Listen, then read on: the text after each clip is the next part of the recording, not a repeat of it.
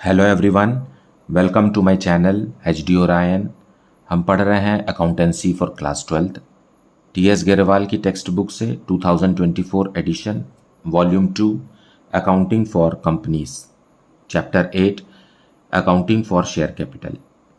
और इस वीडियो में हम पढ़ेंगे forfeiture and re issue of shares which were issued at premium. Now let us see question number 90। Healthy Foods Limited had authorized capital of rupees 50 lakh, 5 lakh equity shares of rupees 10 each. So 5 lakh multiplied by 10 is 50 lakh. Issued 3,75,000 equity shares for subscription at a premium of 20%, payable rupees 4 on application, rupees 5 on allotment. It means premium भी यहीं पर है. And balance as first and final call. तो balance कितना होगा? देखिए premium 20% है, मतलब 10 रुपीज का 20% 2 रुपीज, सो 4 + 3, तो final call is of rupees 3. The shares were subscribed and due amounts were received accept allotment money on 25,000 shares. These shares were forfeited. Later these shares were reissued at rupees 7 paid up and rupees 50,000 were transferred to capital reserve. First and final call was demanded from the shareholders and was received except on 10,000 shares, which was except on 10,000 shares है, ये rupees नहीं है, shares which was transferred to calls in arrears account. Pass the necessary journal entries for forfeiture, reissue of forfeited shares and first and final call. So हमें सारे entries नहीं करने हैं, forfeiture से आगे के सारे एंट्रीज करने हैं.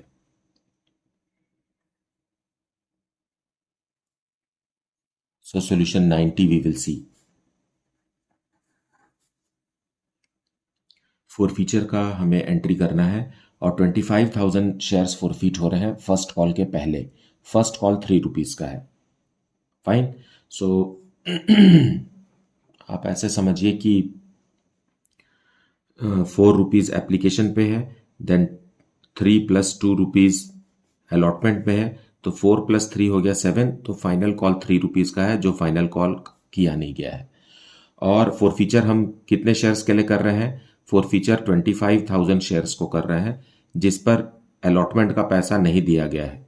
ये तो मांगा ही नहीं गया है, अलॉटमेंट का पैसा नहीं दिया, उसने सिर्फ एप्लीकेशन मनी 4 रुपीज़ पर शेयर दिया है. Fine. This is the synopsis of the question for forfeiture. तो शेयर कैपिटल अकाउंट डेबिट करेंगे. शेयर क्यों? इक्विटी शेयर है यहां, तो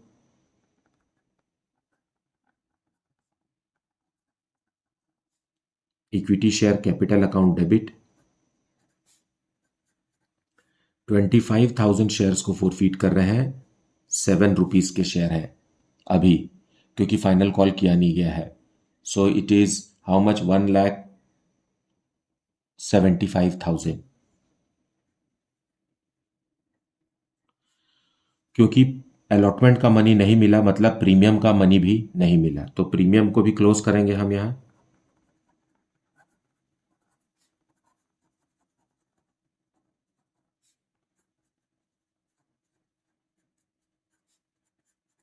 ₹2 से, that is 50,000. For non payment of allotment money, तो 2 share equity share allotment.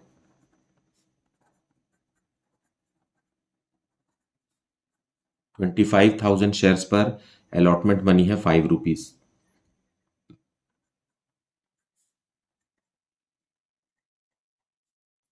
Fine.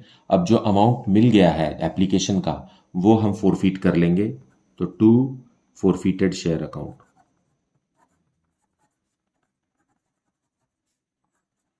कितना दिया है इसने? 25,000 शेयर्स पर 4 रुपीज़ बस दिया है, so it will be how much? 1 lakh. Fine. So पर शेयर 4 रुपीज़ फोरफीट हुआ और 4 रुपीज़ तक ही कंपनी रीइश्यू के समय में डिस्काउंट दे सकती है. फाइन.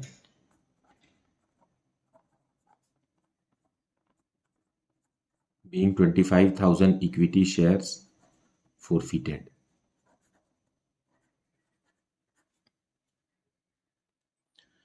अब हमें रीइश्यू करना है, क्वेश्चन में लिखा है कि these shares were forfeited later, these shares were reissued at ₹7 paid up. वैसे भी शेयर की कीमत अभी ₹7 ही है क्योंकि फाइनल कॉल नहीं किया गया है, और ₹7 पेड अप में हम इशू कर रहे हैं, लेकिन 1 लाख में से ₹50,000 कैपिटल रिजर्व में ट्रांसफर हो रहा है ना, मतलब आधा ट्रांसफर हो रहा है, मतलब आधा जो ट्रांसफर हो रहा है वो बच गया है, दैट इज गेन, लेकिन दूसरा आधा जो है वो हम डिस्काउंट के लिए यूज कर रहे हैं। फाइन। सो क्या एंट्री होगी? बैंक अकाउंट डेबिटेड, और क्योंकि आधा ही हम इसमें से ट्रांसफर कर रहे हैं, मतलब आधा जो बचा हुआ आधा है वो डिस्काउंट है, तो फोरफिटेड लिखेंगे हम। फोरफिटेड शेयर अकाउंट डेबिटेड, यहाँ 50,000 लिखेंगे, यहाँ पर अभी लिखना बाकी है, to equity share capital account. देखिए, जब कभी भी पेड अप लिखे, वो पेड अप अमाउंट जो रहता है वो कैपिटल का होता है ना। यहाँ पर कितने में बेचा है ये साफ साफ क्वेश्चन में नहीं लिखा हुआ, लेकिन पेड अप अमाउंट बोल रहा है, मतलब 25,000 शेयर्स को ₹7 का हमने माना है, और वो ₹7 का है भी क्योंकि फाइनल कॉल किया तो नहीं गया है। फाइन। तो कितना रुपए हो गया? ₹1,75,000 हो गया। उसमें से हमने ₹50,000 डिस्काउंट दे दिया, है ना। तो यहाँ कितना आएगा? बैलेंसिंग फिगर ₹1,25,000 आएगा। अब आप यहाँ से समझिए कि पर शेयर कितने रुपीज में बेचा गया। 25,000 इंटू 5, है ना। ₹5 लिया गया इन्वेस्टर से, और ₹7 कैपिटल अकाउंट को क्रेडिट किया गया, मतलब ₹2 पर शेयर डिस्काउंट दिया गया। फाइन। सो बीइंग री इश्यूड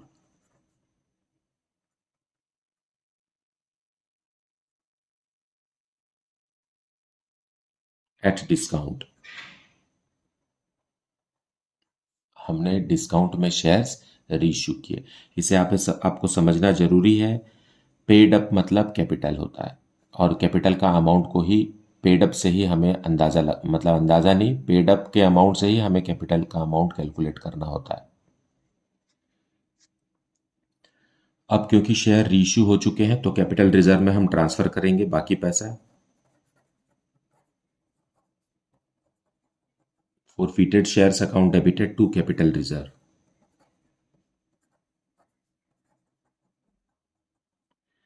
फाइन। फोरफिट के समय ₹1,00,000 फोरफिट हुआ था, जिसमें से 50,000 यूज हो गया, और बाकी का 50,000 हम कैपिटल रिजर्व में ट्रांसफर करेंगे। और ये क्वेश्चन में साफ साफ लिखा हुआ है, इसके लिए हमें कोई कैलकुलेशन की जरूरत नहीं है, जो भी कैलकुलेशन था हमें यहाँ पर दिमाग लगाना था। ये अमाउंट तो क्वेश्चन में ही दिया हुआ है।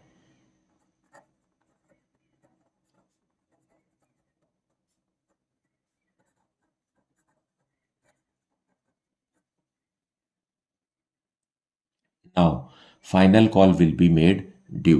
सो equity share first and final call debited to equity share capital account।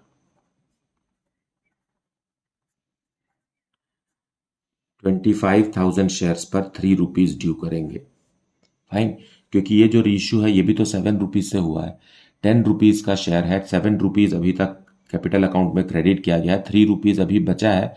तो जब फर्स्ट कॉल किया जाएगा तो इन फोरफिटेड शेयर्स जो अभी रीइश्यू हो चुके हैं इनसे भी फर्स्ट कॉल ड्यू किया जाएगा, तो पूरे के पूरे 25,000 शेयर्स पर हम first and final call due करेंगे ₹75,000।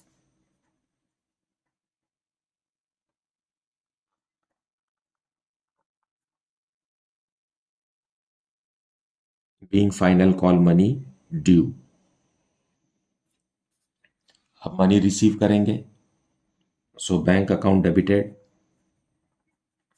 क्वेश्चन में लिखा है 10,000 शेयर्स पर फाइनल कॉल का पैसा नहीं मिला, तो 15,000 शेयर्स पर मिलेगा, है ना, into 3।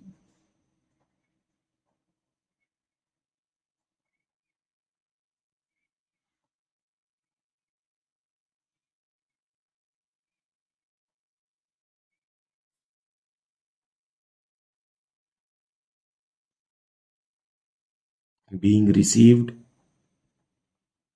except on 10,000 equity shares.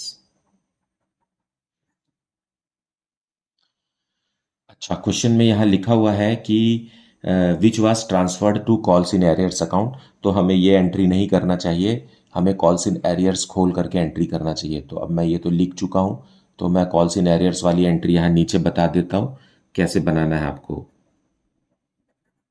So bank account debited,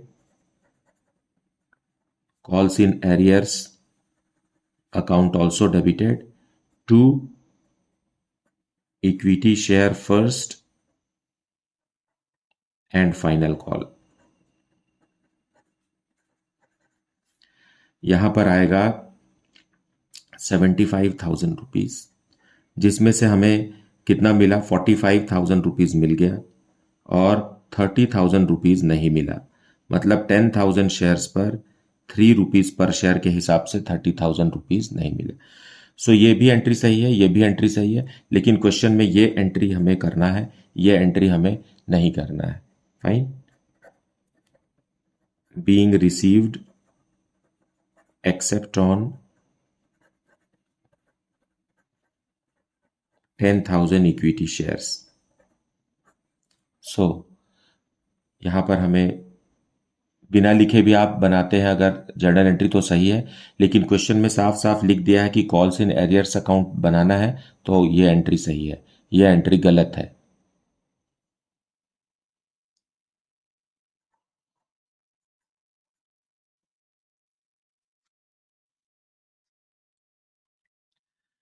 Now let us see question number 91.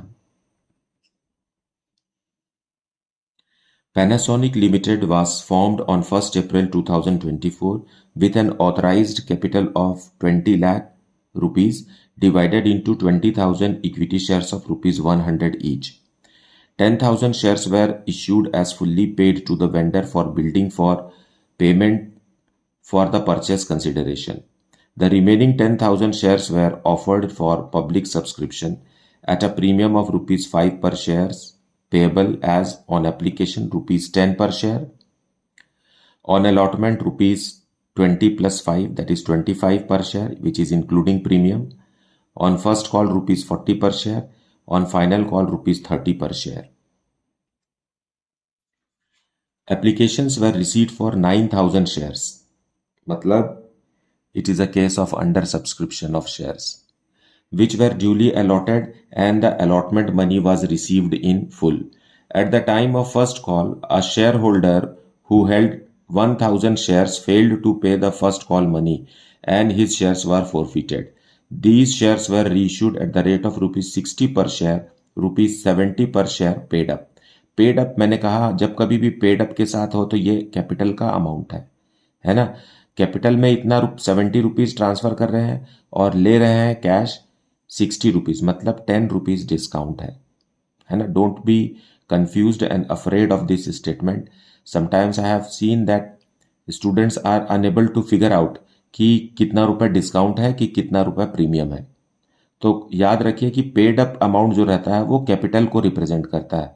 तो कैपिटल में 70,000 लिखना है और पैसा लेना है 6 रुपीज, सॉरी, कैपिटल में 70 लिखना है और अमाउंट रिसीव करना है 60, तो 10 रुपीज कम रिसीव कर रहे हैं, तो that's a case of discount on reissue. First call has not been made. You are required to give necessary journal entries to record the above transactions and show how share capital would appear in balance sheet of the company. Now यहाँ पर first and final call के पहले ही हमें ठीक है, second and final call के पहले ही हमें बैलेंस शीट बनाना है। ठीक है, फाइनल कॉल किया ही नहीं गया है। सो let us see the solution.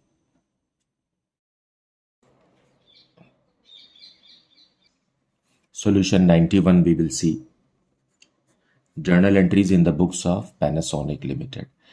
Panasonic Limited ने बिल्डिंग खरीदी है ना। So let us purchase building. Building account debited to vendor.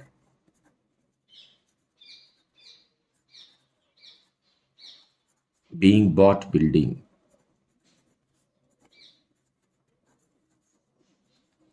How much? 10,000 shares 100 rupees वाले. So this is the purchase consideration we will pay. मतलब building 10 lakh rupees की खरीदी गई है.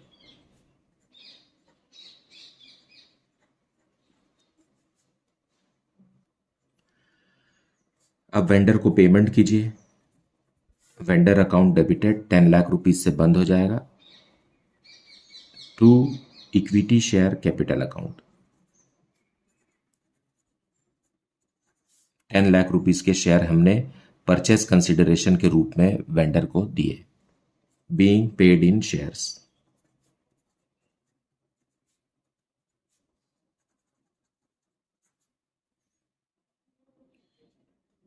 देन कंपनी ने 10,000 शेयर्स पब्लिक को ऑफर किए, लेकिन कंपनी को सिर्फ 9,000 शेयर्स के लिए रिस्पॉन्स मिला. Means it is a case of under subscription. So application receive होगा लेकिन 9,000 शेयर्स के लिए होगा. So bank account debited. ये बहुत ज़रूरी है, इसको आपको ध्यान देना कि it is a case of under subscription. 10,000 public को ऑफर हुआ है, 9,000 शेयर्स के लिए एप्लीकेशन आए हैं. And application money is rupees 10 per share. So 90,000 rupees we will receive in bank for application to equity share application account.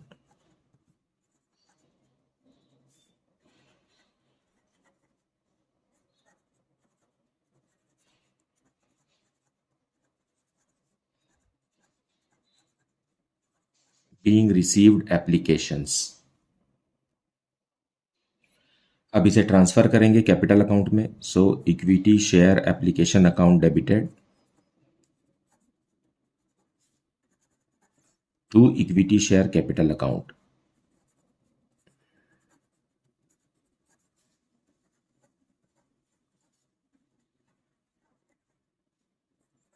Being amount transferred.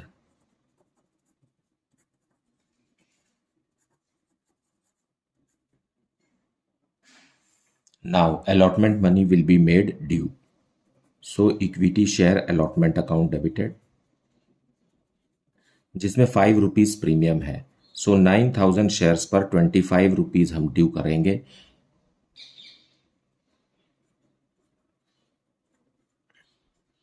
To equity share capital account.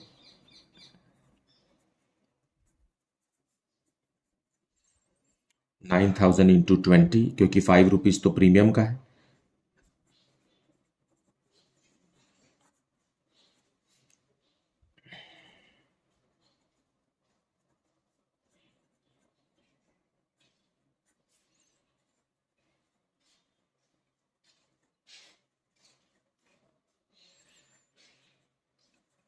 Being amount due with premium.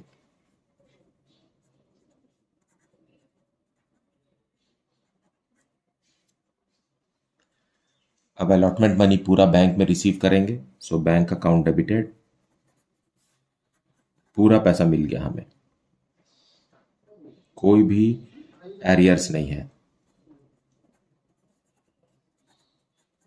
To equity share allotment account. So एक बार equity share debit हुआ और ये credit होके close हो गया. तो खुला क्या छूट गया?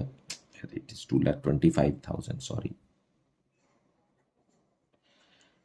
क्या छूट गया? कैपिटल अकाउंट और प्रीमियम अकाउंट अभी ओपन है ना. Being amount received.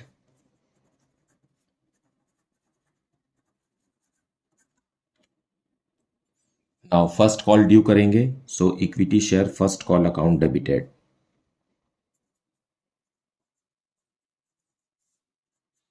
To equity share capital account.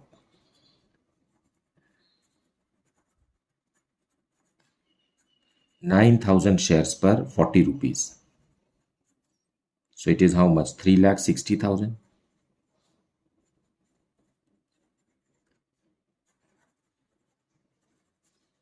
Being first call due.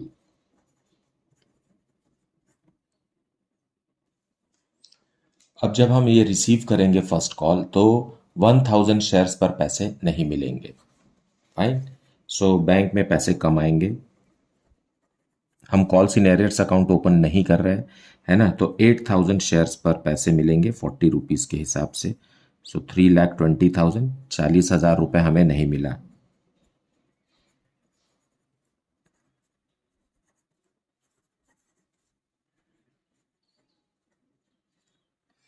Calls in arrears account खोलना तब कंपलसरी होता है जब क्वेश्चन में साफ साफ लिखा हो कि calls in arrears account open कीजिए। अभी आपका चॉइस है, आप चाहें तो यहाँ calls in arrears account open कर सकते हैं, नहीं तो ऐसे एंट्री कर लीजिए। और कॉल्स इन एरियर्स कैसे खोलते हैं ये आप प्रीवियस वीडियोस में देख लीजिए, क्योंकि एक अलग सेक्शन में उसे डिस्कस किया गया है। Being received, except on 1,000 shares.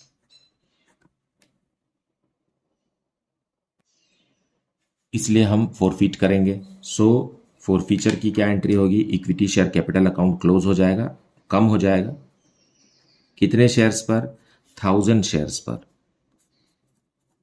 और कॉल्ड अप कितना है, कॉल्ड अप मनी इज ₹70, क्योंकि फाइनल कॉल 30 रुपीज़ का अभी किया नहीं गया है। सो शेयर की कीमत अभी 70 रुपीज़ की ही है, क्योंकि 70 रुपीज़ से ही शेयर कैपिटल अकाउंट क्रेडिट हो चुका है, एप्लीकेशन के समय, अलॉटमेंट के समय और फर्स्ट कॉल के समय।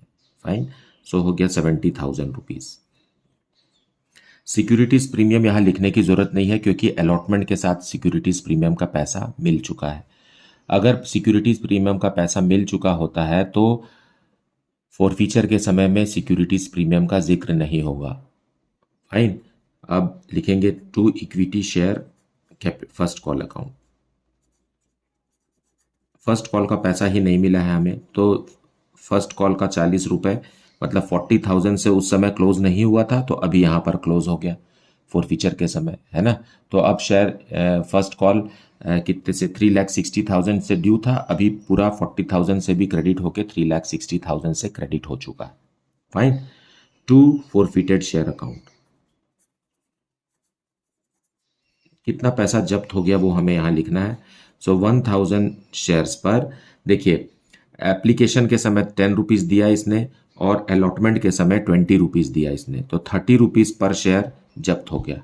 प्रीमियम का पैसा छोड़ दीजिए, क्योंकि वो मिल चुका है ना, और वो जब्त नहीं होता है। फोरफिटेड शेयर में सिर्फ कैपिटल का पैसा आता है। तो 30 रुपीज़ के हिसाब से ये कितना हो गया, 30,000 रुपीज़ हो गया। वैसे भी आप इन दोनों को माइनस करते तो 30,000 आता, लेकिन आप समझिए कि 30 रुपीज़ कैसे फोरफिट हुआ है। प्रीमियम का 5 रुपीज़ जो मिल चुका है उसे हमें छोड़ना है ना। Being 1,000 shares forfeited.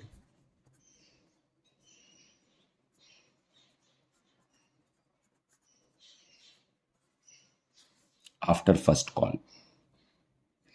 नाउ अब इन शेयर्स को हमें रीइश्यू करना है। सो बैंक अकाउंट डेबिट होगा। ठीक, क्या लिखा हुआ है क्वेश्चन में कि reissued at the rate of ₹60 पर शेयर। सो 1,000 इंटू 60 कितना होगा, 60,000 रुपीज़ आएगा। शेयर की कीमत 70,000 है और उसे इशू कर रहे हैं 60 में। वैसे भी लिखा हुआ है ₹70 पर share paid up. Paid up का मतलब होता है कैपिटल, है ना। तो to equity share capital. Capital account को हमेशा पेड अप अमाउंट से क्रेडिट करना होता है। फाइन। सो ये हो गया 70,000। सो 70,000 रुपीज़ के शेयर आपने ट्रांसफ़र किए, लेकिन लिया कितना, 60,000। सो 10,000 रुपीज़ जो आपने नहीं लिया वो डिस्काउंट है, और डिस्काउंट को हम फोरफीचर से लेंगे, फोरफीटेड शेयर अकाउंट से लेंगे। मतलब 1,000 शेयर्स पर 10 रुपीज़ पर शेयर डिस्काउंट दिया गया, being reissued at discount.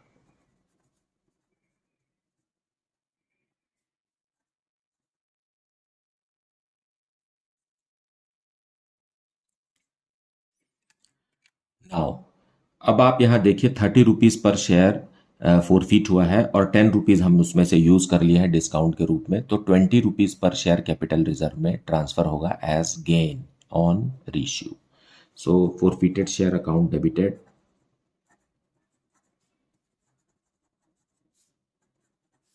To capital reserve.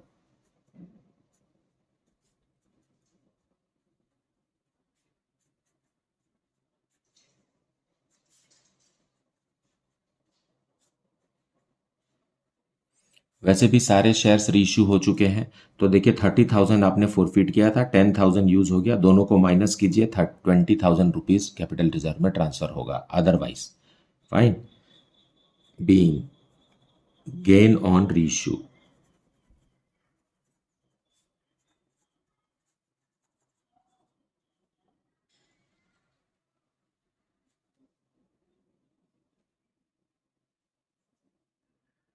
Notes to account में पहले ऑथराइज्ड कैपिटल बनाएंगे, 20,000 इक्विटी शेयर्स ऑफ ₹100 ईच, और इश्यूड कैपिटल में लिखेंगे 10,000 इक्विटी शेयर्स ऑफ ₹100 ईच, जो बिल्डिंग के लिए हमने इशू किया, और बाकी का 10,000 हमने पब्लिक को ऑफर किया। इसे भी हम ब्लॉक कर देंगे, और इसको आप कंबाइंड दिखा सकते थे, एक साथ 20,000 शेयर्स ऐसा लिख सकते थे। मैंने अलग अलग लिख दिया है, एक बिल्डिंग के लिए है, एक पब्लिक को है, आपको रिमाइंड करने के लिए। फाइन। अब हम बताएंगे subscribed capital. Fully paid up जो हमने बिल्डिंग के लिए वेंडर को दिया था वो 10 लाख रुपीस का था, और नॉट फुल्ली पेड अप में आएगा 9,000 इक्विटी शेयर, जिस पर हमने 70 rupees per share called up किया है, मतलब 6,30,000 रुपीज कॉल्ड अप किया है। अब इसमें लेस करिए एरियर्स, फाइन, कुछ नहीं है एरियर्स, अगर होता तो हमें एरियर्स को यहीं पर माइनस करना होता। फाइन, आप नहीं भी दिखाते तो चलता, मैंने आपको ऐसे रिमाइंड कर दिया। तो ये कितना हो गया, 6,30,000। ये कितना हो गया, 16,30,000 रुपीज है, जो हमें बैलेंस शीट में शो करना है under the heading share capital. ठीक। सेकंड नोट्स बनाएंगे रिजर्व्स एंड सरप्लस का। उसमें आएगा कैपिटल रिजर्व, जिसमें हमने 20,000 रुपीज ट्रांसफर किया है, और दूसरा आएगा सिक्योरिटीज प्रीमियम, ये है 45,000। देखिए 9,000 इंटू 5, इस तरीके से हमें रिजर्व्स एंड सरप्लस में दिखाना होगा 65,000 rupees, that will be shown in the balance sheet. So ये है बैलेंस शीट, और हम शेयर कैपिटल जो हमने नोट 1 में बनाया है वो अमाउंट को हम यहां लिखेंगे।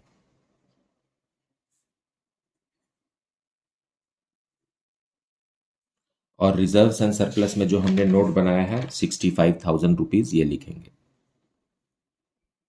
बस लाइबिलिटीज में इतना ही आएगा, तो ये आ गया कितना, 16,95,000 टोटल। और इसी को समझ लीजिए एसेट्स में भी हम करंट एसेट्स के हेड पे सब head cash and cash equivalent में आएगा कैश इन बैंक और कैश एट बैंक। आप सारे बैंक को प्लस कर दीजिए, है ना, डेबिट में जितने भी हैं ये भी आएगा 6,95,000। तो इस तरीके से जितने भी ट्रांजेक्शन्स हुए हैं उसके डेबिट और क्रेडिट बैलेंसेस बराबर हैं, और जो भी है एसेट्स और लाइबिलिटीज के रूप में वो रिफ्लेक्ट होगा। हालांकि क्वेश्चन में पूछा है कि कैपिटल कैसे दिखाएंगे, तो ये है आंसर 16,30,000, लेकिन आंसर में दिया हुआ है 95, 16,95, मतलब रिजर्व एंड सरप्लस को भी दिखा दिया। ठीक, तो मैंने पूरा ही दिखा दिया कि बैलेंस शीट में किस तरीके से एसेट्स की तरफ भी ये अमाउंट शो होगा, क्योंकि डबल एंट्री है, तो debit and credit will always be equal. Fine. So जो ट्रांजेक्शन्स क्रेडिट बैलेंसेस दिखा रहे हैं वो लाइबिलिटीज में है, और जो ट्रांजेक्शन से डेबिट बैलेंसेस मिल रहा है वो एसेट है। So this is how you have to understand the full concept, and this is the way you have to understand and solve it. The more you practice, the perfect you will get. मुझे उम्मीद है कि आपने अच्छे से concept को समझ लिया है। कुछ डाउट है then please put it in the comment section, and also tell कि आप किस शहर से इस वीडियो को देख रहे हैं और आपको वीडियोस कैसे लगते हैं। ये वीडियोस आप अपने फ्रेंड्स के साथ भी शेयर कीजिए, उनकी हेल्प कीजिए कि वो भी अच्छे से आपकी तरह पढ़ाई कर सकें।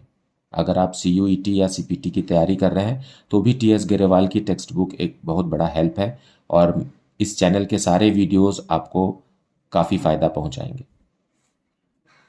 My best wishes for your upcoming exams. Thank you so much for liking, subscribing and sharing this channel. Thank you so much for watching this video.